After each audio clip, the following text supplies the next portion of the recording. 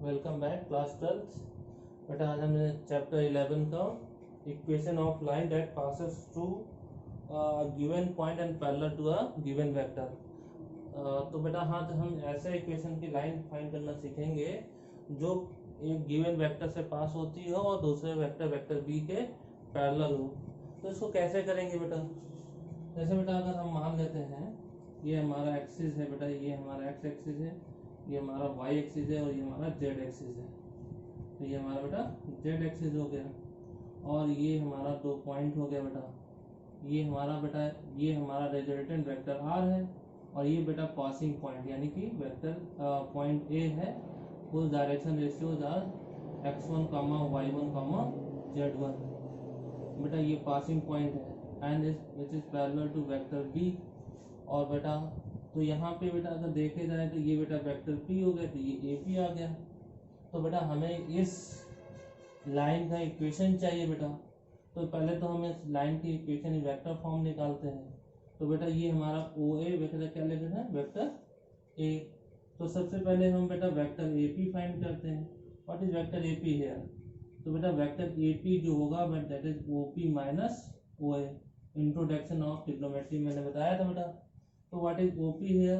This is vector R and what is OA here? This is vector A। अब बेटा ये क्या हो गया बेटा AP, but vector B is this is vector B which is parallel to this line। इसके line के parallel है।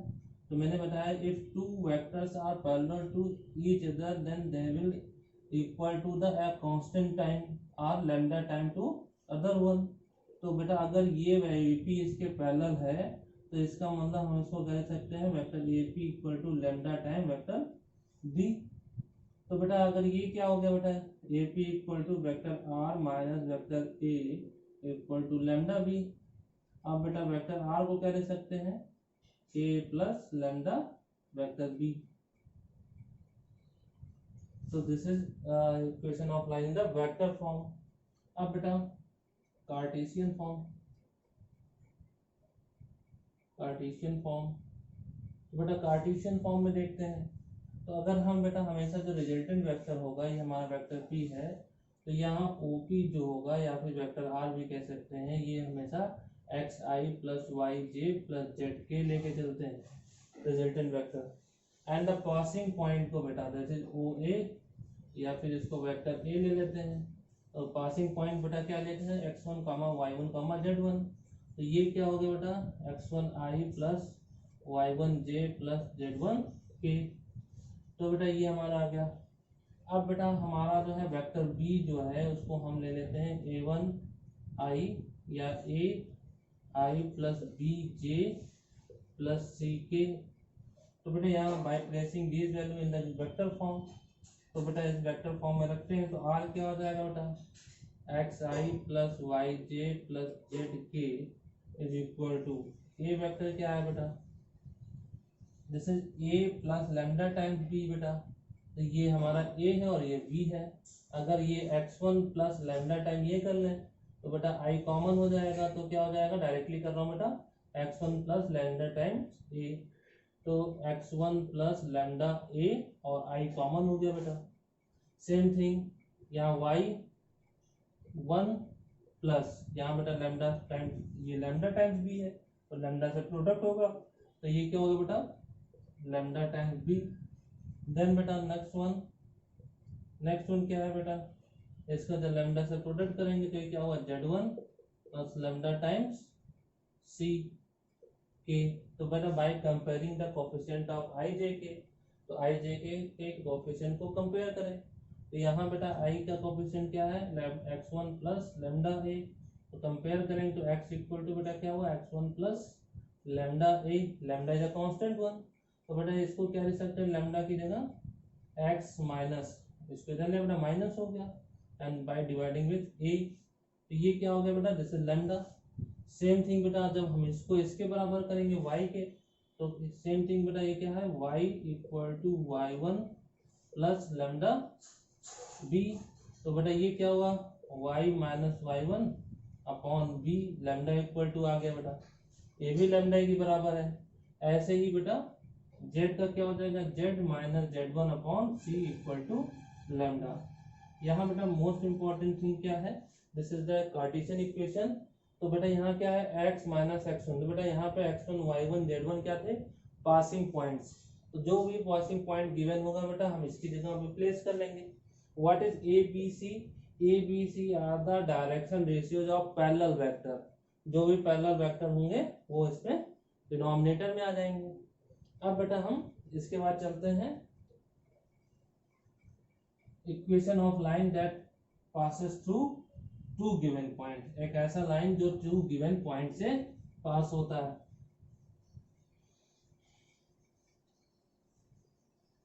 देन बेटा आता है equation of line that passes through two given point, that passes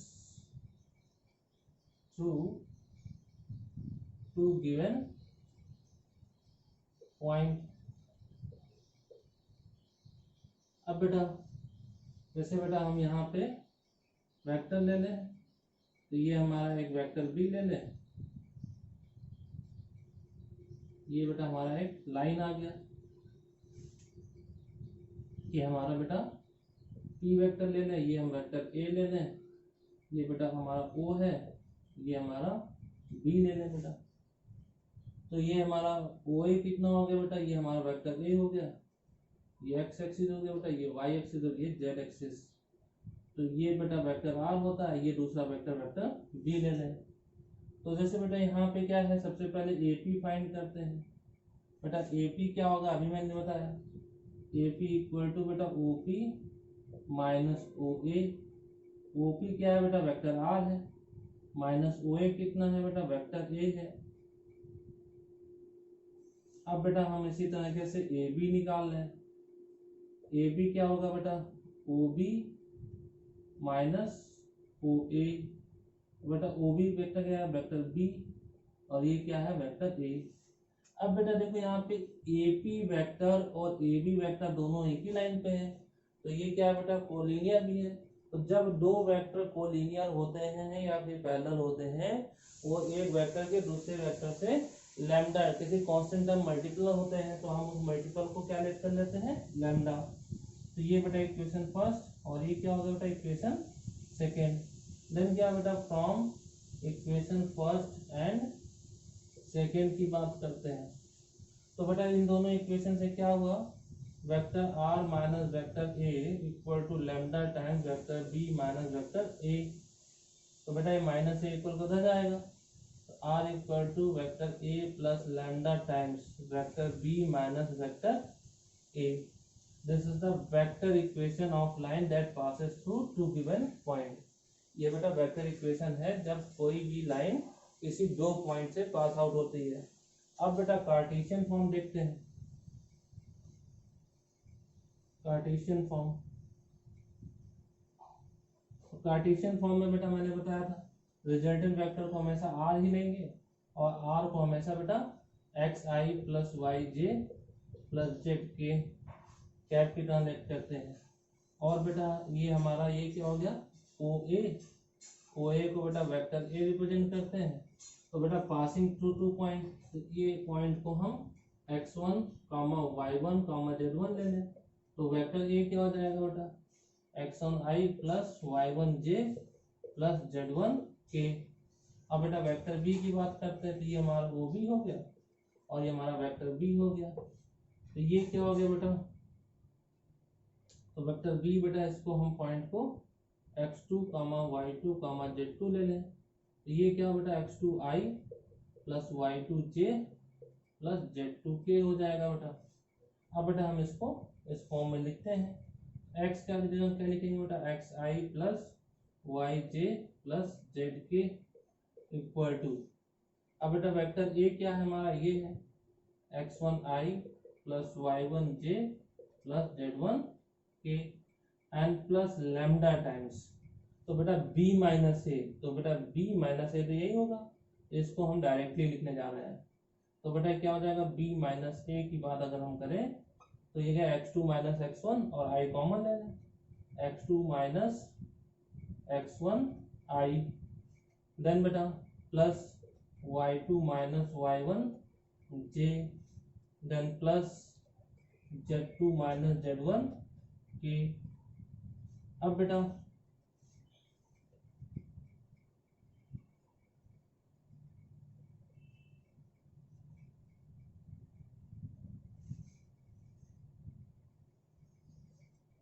बेटा इसको हम अगेन फॉर्म में लिखते हैं बेटा, ये x i plus y j plus z के ले लेते हैं।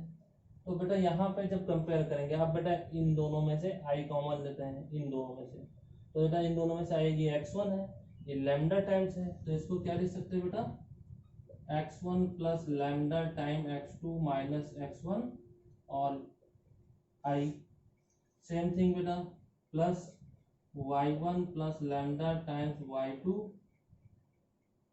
Minus y1 j plus z2 minus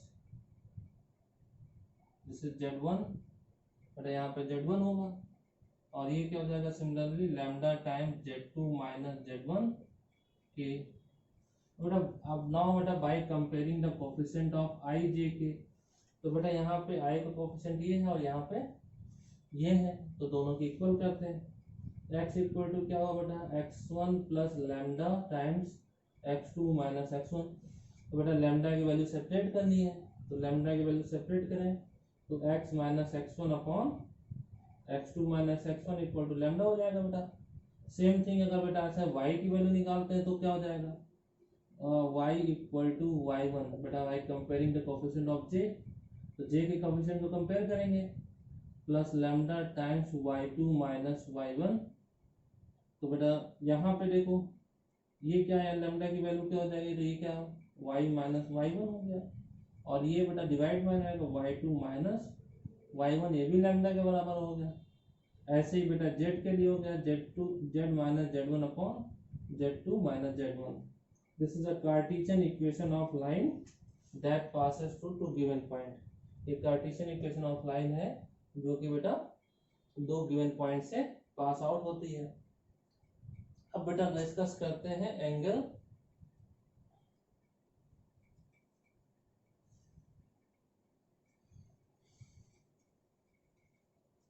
आज के लिए बेटा इतना ही।